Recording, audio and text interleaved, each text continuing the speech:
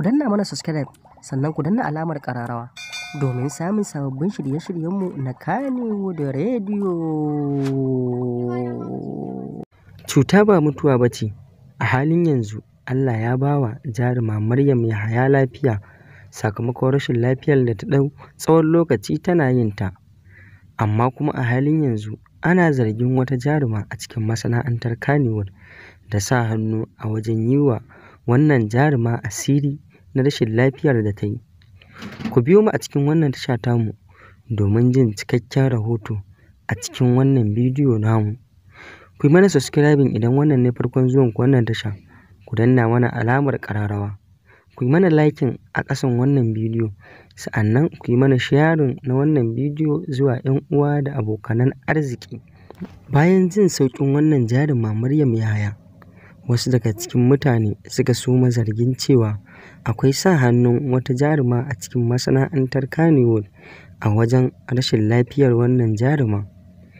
Wannan zargi sun yi shi ne tun lokacin da suka yi tunanin cewa shin wani jarumi ne suka yi ƙarshen haɗuwa da jaruma Maryam Yahaya, wanda suka gano wannan jaruma ita ce ƙarshen haɗuwarsu da Maryam Yahaya kafin ta kwanta wannan rashin lafiya. Shi ne mutane suka soma zargin cewa ita ce ta yi mata wannan asiri wanda ya kwantar da wannan jaruma har tsawon wata 3 zuwa 4 tana jinya.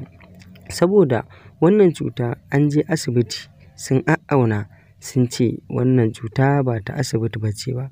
Suka bayyana cewa asiri aka yi wa wannan jaruma, ba wai cuta ce wadda za a iya yin maganinta a cikin asibiti ba. Wannan ba shi ne karo na farko da aka fara yi wa jaruman Kannywood asiri ba. Kuma duk asirin da aka yi wa wani jarumi, za ka ga cewa wani jarumi ne mai ƙoƙarin tasawa a kusa da shi ya yi mai wannan asirin domin shi ya samu tauraruwarsa ta yi ƙasa. Shi yana ganin cewa idan ta wani ta yi ƙasa, tasa za ta iya tashi. Shi ne dalilin da za ka ga wasu daga cikin jaruman Kannywood waɗanda ba su san mai suke yi ba suna yi wa 'yan uwansu asiri domin su samu ɗaukaka.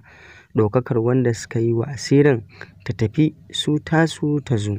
Wannan jaruma ta ƙara gode wa Allah da lafiyar da ya bata, wadda ba ta taɓa tsammanin cewa za ta tashi daga wannan rashin lafiya ba sakamakon jin jiki da ta yi a cikin wannan rashin lafiya da ta yi.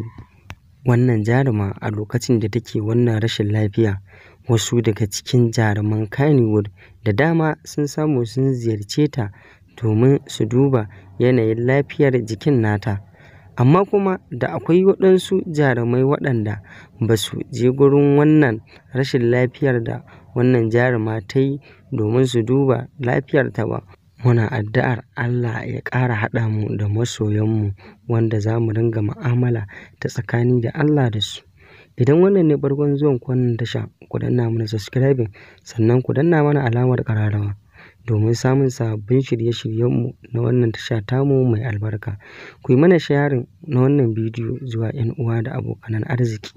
Mun gode. Ku danna mana subscribe sannan ku danna alamar ƙararrawa domin samun sababbin shirye-shiryenmu na Kannywood Radio.